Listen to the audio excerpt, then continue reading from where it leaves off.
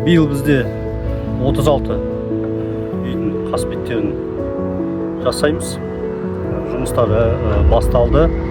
Қазір кіреберістен бастап, Тапардың кіреберістен бастап үйлерді штукатурка жұмыстар бастады. Сол жақта істеп жатырмыз.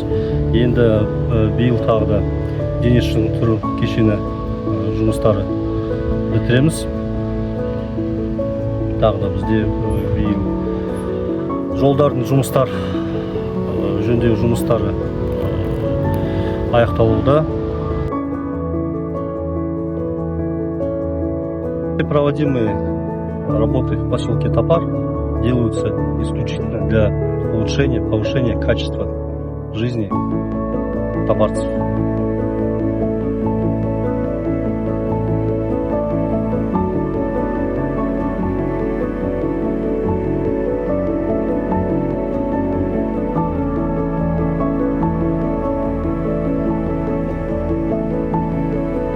Поработал, понравилось, пригласил семью, жене понравилось, остались здесь уже 3 года.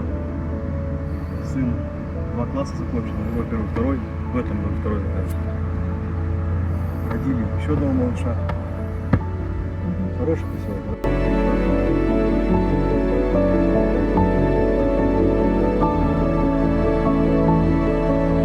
Я в свою молодость, вот здесь вот на этой улице сажали мы деревья. Тогда только был один выходной, воскресенье. Мы в воскресенье выходили и сажали деревья. И никто не возникал даже, что как это так, выходной. Вот так мы и ходили, и сажали все. И мусор везде по поселку убрали, а то у нас были горы везде.